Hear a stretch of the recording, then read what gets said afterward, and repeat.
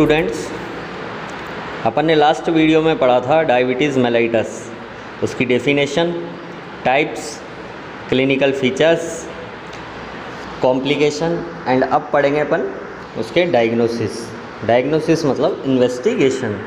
तो diabetes mellitus का पता लगाने के लिए कौन कौन से डायग्नोसिस करते हैं, तो देखिएगा जो फर्स्ट डायग्नोसिस है आपके सामने लिखा हुआ है जीटीटी मतलब ग्लूकोज टॉलरेंस टेस्ट, इसको OGTT भी बोल सकते हैं।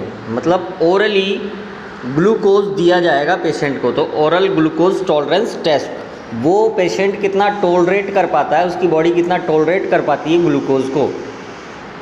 तो जो इसका प्रोसीजर होता है, तो प्रोसीजर देखिएगा लिखा हुआ है आपके सामने, कंटिन्यूअस 3 डे पेशेंट गिव 100 ग्राम CHO मतलब कार्बोहाइड्रेट पर डे।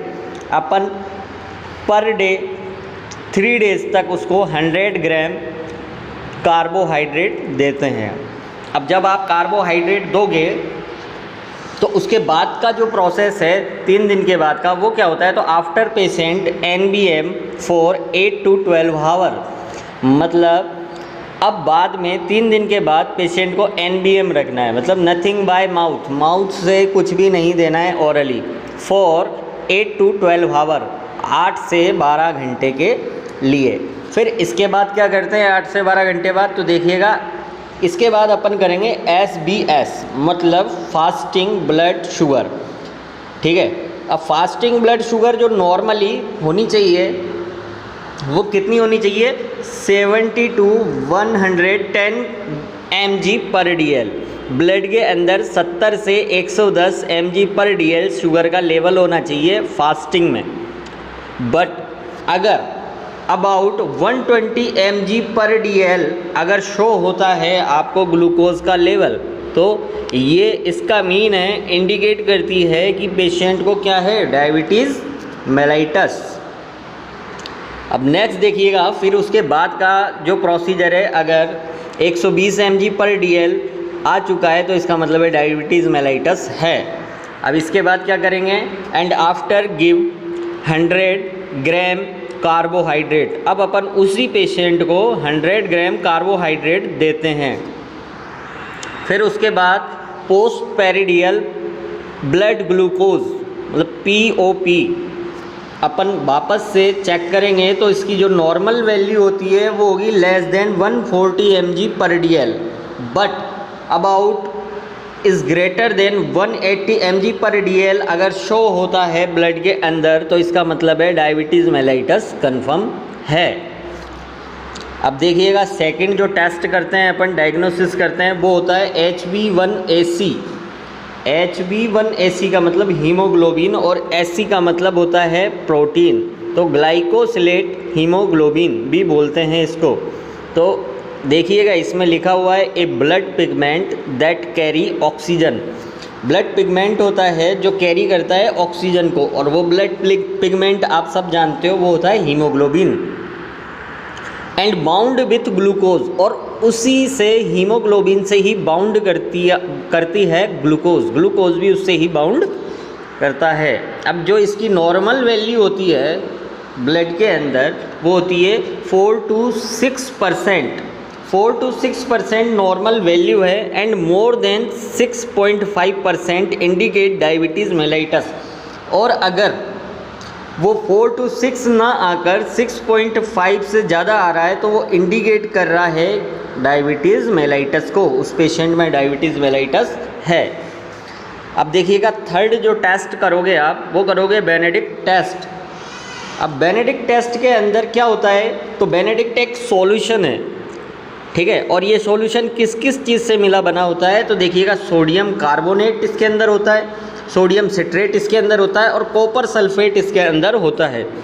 अब इसको अपन, इस सॉल्यूशन को अपन एक ट्यूब में ले लेते हैं। ठीक है, एक ट्यूब में, ग्लास की ट्यूब में अपन ने इस सॉल्यूशन को ले लिया। फिर इसके अंदर कुछ अमाउंट के अंदर पेशेंट का यूरिन, इसके अंदर पेशेंट का यूरिन डालेंगे। अब urine plus Benedict solution, urine plus Benedict solution दोनों जब चीज़ें मिल जाएंगी, तो देखिएगा जो कलर प्रोवाइड होगा उस ट्यूब के अंदर वो होगा ब्रिक रेड कलर, और वो ब्रिक रेड कलर इंडिकेट करेगा कि डायबिटीज़ मेलाइटस है पेशेंट को। इसका मतलब टेस्ट अपन का कैसा है, पॉजिटिव टेस्ट है। अब मान लो अगर वो कलर ब्रिक रेड हो जाता है तो ये तो कर दिया उसने पॉजिटिव कि भाई डायबिटीज़ मेलाइटस है। बट अगर कलर ब्लू होता है, कलर अगर ब्लू है तो इसका मतलब है शुगर नील है, उस पेशेंट के अंदर ग्लूकोज का लेवल हाई नहीं है, शुगर नील है। अगर ग्रीन और येलो शो हो रहा है आपको, इसका मतलब है ट्रेस अमाउंट ग्लूकोज, कुछ मात्रा में आपने ट्रेस कर लिया है ग्लूकोज को। और अगर ऑरेंज कलर आपको दिखता है ट्यूब के अंदर तो इसका मतलब है मॉडरेट ग्लूकोज लेवल, उसके जो यूरिन के अंदर है वो मॉडरेट ग्लूकोज है, ठीक है। और अगर ब्रिक रेड दिखता है तो इसका मतलब है more glucose present, mean the result is positive, diabetes mellitus is confirm. आगे देखिएगा, आगे आता है इसका मैनेजमेंट ऑफ डायबिटीज़ मेलाइटस। तो अपन इसमें 5 तरह से मैनेजमेंट करते हैं डायबिटीज़ का।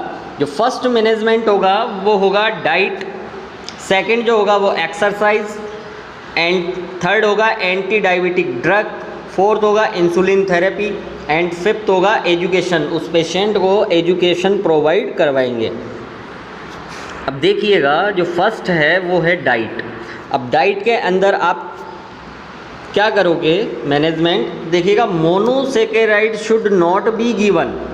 जो मोनोसेकेराइड होते हैं वो अपन को बिल्कुल नहीं देने, अवॉइड करने हैं ऐसे पेशेंट के अंदर जिसके अंदर डायबिटीज़ मेलाइटस कंफर्म है, क्योंकि मोनोसेकेराइड डायरेक्टली ग्लूकोज को हाई लेवल पे ले जाता है। अब देखिएगा before and after blood glucose monitoring should be check. अब बिफोर एंड आफ्टर मतलब before meal and after meal glucose monitoring अपन को चेक करनी है। सेकंड देखिएगा एक्सरसाइज। अब exercise is the important factor in controlling blood glucose. जो exercise है वो एक इम्पोर्टेंट रोल निभाता है कंट्रोल करने में ब्लड ग्लूकोज को, एंड लिपिड लेवल और लिपिड के लेवल को, and reducing the cardiovascular risk factor, और जो भी कार्डियोवास्कुलर डिजीज़ होने के जो चांस होते हैं उस चांस को रिड्यूस कर देता है। Exercise should be at the same time and in same amount. जो एक्सरसाइज होनी चाहिए, जो पेशेंट को एक्सरसाइज करवानी है वो सेम टाइम में करवानी है, जैसे मॉर्निंग में और इवनिंग में, तो टाइमिंग वो ही रहनी चाहिए।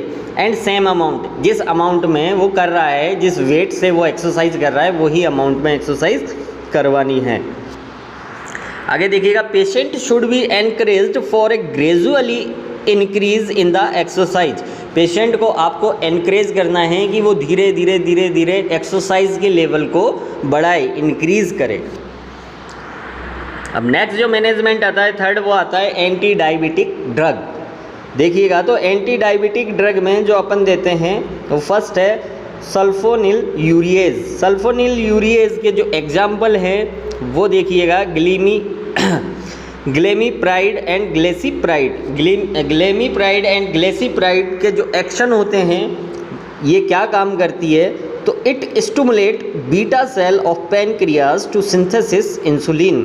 ये क्या करेगी, ये स्टिमुलेट करेगी बीटा सेल्स को, और बीटा सेल्स आपको पता है पैनक्रियाज पर पाई जाती है, और बीटा सेल से इंसुलिन निकलता है तो ये इंसुलिन के सिंथेसिस को बढ़ाएगी, क्योंकि बीटा सेल्स को स्टिमुलेट करेगी, और बीटा सेल्स जब स्टिमुलेट होंगी तो इंसुलिन का सिंथेसिस निर्माण होगा।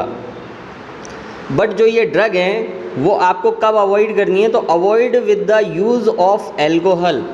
आपको ऐसा पेशेंट जिसने एल्कोहल ले रखा है, ऐसे पेशेंट में अवॉइड करनी होती हैं ग्लेसीफ्राइड और ग्लेमीप्राइड ड्रग्स, बिकॉज क्योंकि इसके अंदर जो रिज़ल्ट देखे जाएंगे, अगर किसी पेशेंट को आपने ये ड्रग दे दी और वो एल्कोहलिक है तो ऐसे पेशेंट में डाइसल्फेराम ड्रग जैसे रिएक्शन देखने को मिलेंगे। उस पेशेंट को वोमिटिंग होगी, वर्टिगो होगा, हेडेक हो जाएगी, रिएक्शन होने लगेगी बॉडी के अंदर।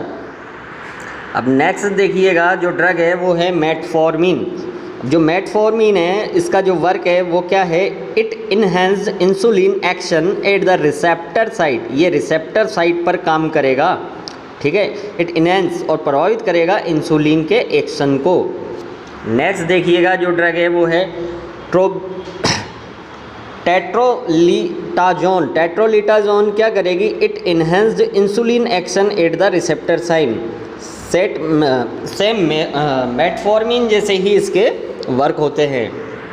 नेक्स्ट देखिएगा पेरेंडिन। पेरेंडिन क्या काम करती है? तो it lower blood glucose level by the stimulating at the releasing of insulin from beta cells of pancreas. ये भी स्टिमुलेट करेगी बीटा सेल्स को और स्टिमुलेट कर देगी इंसुलिन को, और जैसे ही इंसुलिन अगर ज़्यादा सिंथेसिस हो रहा है, ज़्यादा बन रहा है, तो वो ग्लूकोज के लेवल को डाउन कर देगा। नेक्स्ट जो ड्रग है वो अपन दे सकते हैं ओरल अल्फा ग्लूकोसाइड इनहिबिटर। अब ये क्या काम करते हैं? इट ये डिले कर देते हैं द एब्जॉर्वेशन को ऑफ ग्लूकोज के इन द इंटेस्टाइनल ट्रैक्ट में एब्जॉर्ब ही नहीं होने देगा ग्लूकोज को। ऐसी ड्रग को अपन बोलते हैं oral alpha glucoside inhibitor. Inhibit करने का काम कर रही हैं ये। थर्ड जो नेक्स्ट मैनेजमेंट है अपन दे सकते हैं ऐसे पेशेंट को इंसुलिन थेरेपी। तो देखिएगा insulin is the drug of choice. ये ड्रग ऑफ चॉइस है किसकी? The type first diabetes mellitus. Type first diabetes mellitus जो है डिपेंडेंट रहती है इंसुलिन पर, तो ये इंसुलिन ड्रग ऑफ चॉइस है डायबिटीज़ टाइप फर्स्ट की। And may also use in the type second diabetes mellitus, और इसको अपन टाइप सेकेंड में भी यूज़ लेते हैं। The goal of insulin therapy to maintain blood glucose in normal range. जो ये इंसुलिन थेरेपी है वो क्या करती है? मेंटेन करती है ब्लड ग्लूकोज के लेवल को नॉर्मल रेंज में रखने में। Insulin injection route is SC। जो इंसुलिन का इंजेक्शन है वो सबक्यूटेनियस लगाया जाता है। In severe condition given IV। और जब अगर कोई सीवियर कंडीशन आ जाती है, ग्लूकोज का लेवल बहुत ज़्यादा हाई हो रहा है, तो अपन इसको IV भी लगा सकते हैं बाय द इन्फ्यूज़न पंप की हेल्प से। Outer aspect of arm is the most common site. जो आउटर एस्पेक्ट होती है आर्म की वो मोस्ट कॉमन साइट है इंसुलिन इंजेक्शन की। नेक्स्ट देखिएगा और कौन सी साइट हो सकती हैं? तो सेकंड जो साइट है वो है peri umbilical site. Peri umbilical region पर भी इसको यूज़ किया जा सकता है। And outer aspect of thigh पर भी आप यूज़ कर सकते हो इंसुलिन के इंजेक्शन को। अब ऐसे पेशेंट को आपको क्या एजुकेशन प्रोवाइड करवानी है? तो देखिएगा patient must learn to balance multiple factor. Patient को आपको ध्यान दिलवाने हैं कि बहुत सारे जो मल्टीपल फैक्टर हैं वो बैलेंस में बनाए रखने हैं। Like as example diet, physical activity and emotional stress, क्योंकि ये सारी चीज़ें इन्फ्लुएंस करती हैं ग्लूकोज के लेवल को। नेक्स्ट देखिएगा patient must learn daily self care skill to avoid acute fluctuation in the blood glucose level. आपको पेशेंट को लर्न करवानी है डेली सेल्फ केयर की, वो खुद ही अपनी सेल्फ केयर करे, ऐसी स्किल उसमें डेवलप करनी है, क्योंकि ये क्या है? अवॉइड करती हैं एक्यूट फ्लक्चुएशन, उतार चढ़ाव को। किसके उतार चढ़ाव को? ब्लड ग्लूकोज के लेवल को। ब्लड ग्लूकोज लेवल फ्लक्चुएट ना हो। Diabetic patient must become knowledge about nutrition, medication effect, side effect and disease progression, exercise and ETC। ऐसे पेशेंट को आपको क्या करना है? नॉलेज प्रोवाइड करवानी है। किस किस के बारे में? न्यूट्रिशन के बारे में, मेडिकेशन दवाइयों का इफ़ेक्ट के बारे में, उनके साइड इफ़ेक्ट के बारे में, एंड डिजीज प्रोग्रेशन, डिजीज कैसे कैसे बढ़ सकती है, इसके क्या क्या कॉम्प्लिकेशन हो सकते हैं, ये नॉलेज प्रोवाइड करवानी है। एंड एक्सरसाइज के बारे में उसको नॉलेज प्रोवाइड करवानी है। तो ये होता है अपने डायबिटीज़ मेलाइटस।